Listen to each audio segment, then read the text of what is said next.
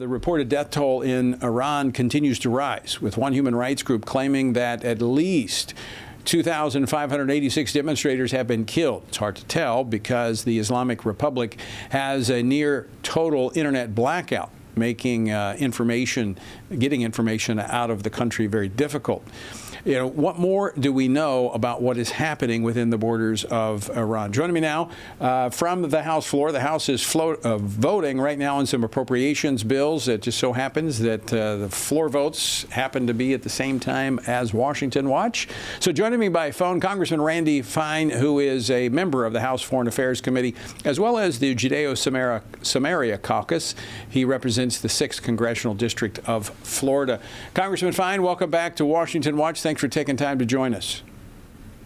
No, thanks for having me. I'm in a phone booth in the cloakroom, so happy to be here. Well, I hope you're not changing into your Superman outfit, but let me ask you this question. Situation in Iran, what do we know? What's the latest? Well, it's bad. I mean, look, this is what happens when Muslim terrorists are in charge, and they have been for 50 years. They're gunning down, some estimates are as many as 12,000 people who are simply protesting for freedom. And I support the president as we try to defend the Iranian people to rejoin the Western community. I mean, the fact of the matter is if the Muslim terror regime in Iran falls, it will be an incredible game changer for the world. It'll make the Middle East safer. It'll make America safer because they're the largest funder of terrorism around the world. And it will lead to a domino chain of incredible positive things. So we've got to keep the pressure on, and we have to help the Iranian people stand up and reclaim their freedom. In this situation in Iran, you have a regime that is suppressing their own people. It's a repressive regime. And it's not reflective of the people. So if you can get rid of if the regime changes, goes away, and you have a government reflective of the people that is organic, that comes up from the people, you can move to stabilization pretty quickly. Sure. Look, people have to remember in the 1970s, Iran was a Western nation, Western culture, Western civilization, and that was all put away when the terrorists took over. And that has always laid underneath the surface. The parents and the grandparents remember what it was like. They've talked to their children.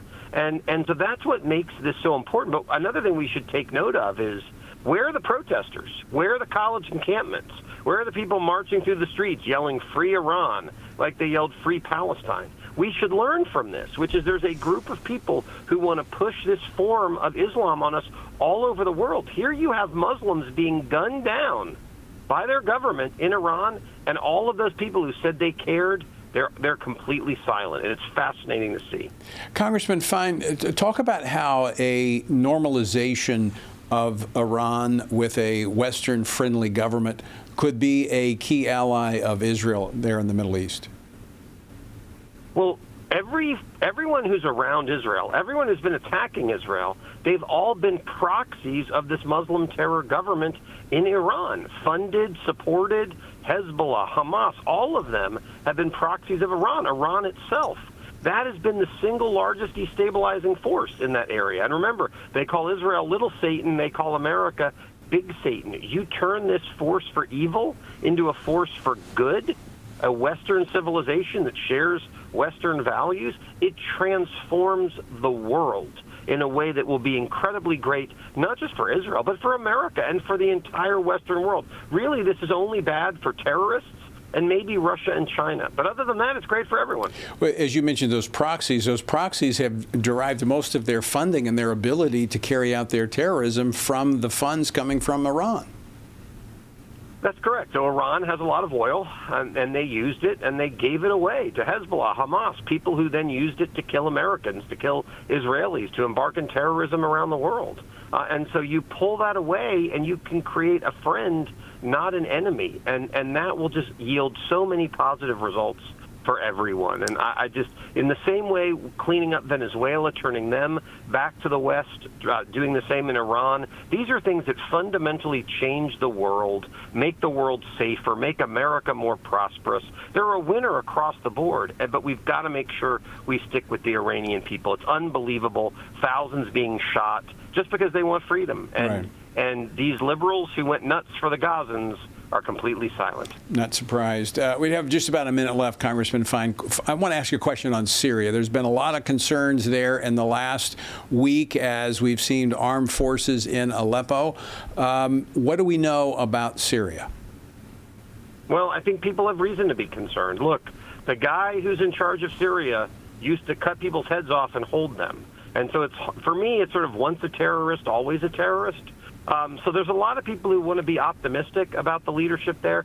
I am much more pessimistic, and particularly given Christian minorities, Druze minorities, Kurdish minorities in Syria. I think there's a lot to be worried about, and I don't give them a pass. I'm very distrustful. Well, I share your concerns, and I'm grateful that you are, and I hope you'll continue to raise those concerns there on Capitol Hill, because I do think the administration is being a little too friendly with Syria, and the evidence does not suggest that we should be. Happy to have them join the civilized world, but it doesn't look like they're ready just yet. Congressman Randy Fine, thanks so much for joining us. I appreciate you stepping off the House floor to talk to us. Happy to do it anytime. Let us know.